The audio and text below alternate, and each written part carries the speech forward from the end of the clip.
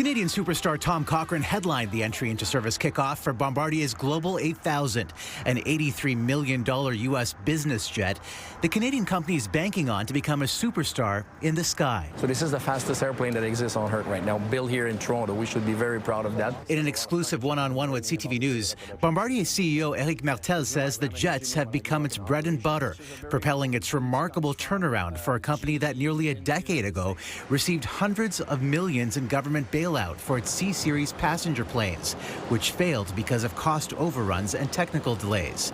Now it's extending its reach into defense to build on its success. Perhaps Bombardier's dreams are greater than its ability to pay for them. You, of course, won a piece of the pie from these billions in government commitments that we saw in the last budget. What do you say to those critics that you're extending your hand too far? This is a very fair question, and this is something that I think we learned from what happened in the past. It's not like we're designing a jet fighter or something else. We won't do that. But it's what we're doing is we're taking, the existing platform, and we are helping people to integrate their system. The risk for us is very minimal. The latest potential move is to deepen its 15-year relationship with Saab, which is trying to sell Ottawa on its Gripen fighter jets. The Swedish company says Bombardier would assemble the planes in Canada, creating up to 10,000 jobs. Which would effectively be doubling your Canadian workforce, because currently you have 12,200.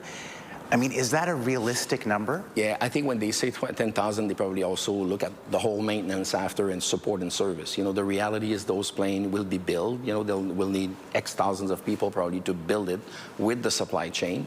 So the number, is it realistic, or is it? I don't know. I haven't checked their number, but they came up. But I'm assuming that it's also including the all aftermarket and support for the next 30 years. So these 10,000 jobs are not necessarily direct jobs. They could be indirect jobs. Do you think it'll happen?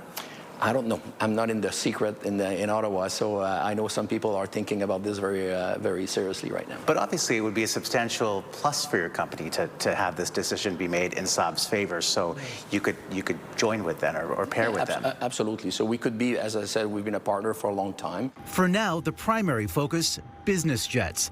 Last month, the Canadian government removed a 10% luxury tax on private jets, which is helping. So is the fact that aerospace is mostly exempt from Trump's tariffs. Actually, it was free trade since 1979, even before NAFTA, and even, of course, before USMCA. So it's a bit of a global agreement that, country can do aerospace parts to other country, and there will be no tariffs. But as there is talk of USMCA being revisited or reviewed next July, is there concern that perhaps aerospace could be included? There's always concern. Especially for a jet like the Global 8000, which includes parts and assembly from Canada, Mexico, and the United States. I'm always thinking of Plan B, Plan C, Plan D, but the reality is, as I said earlier, I think common sense will prevail. Despite the headwinds, for today at least, Bombardier is celebrating a Canadian plane sold to a Canadian buyer. Billionaire and waste management mogul Patrick Dovigi.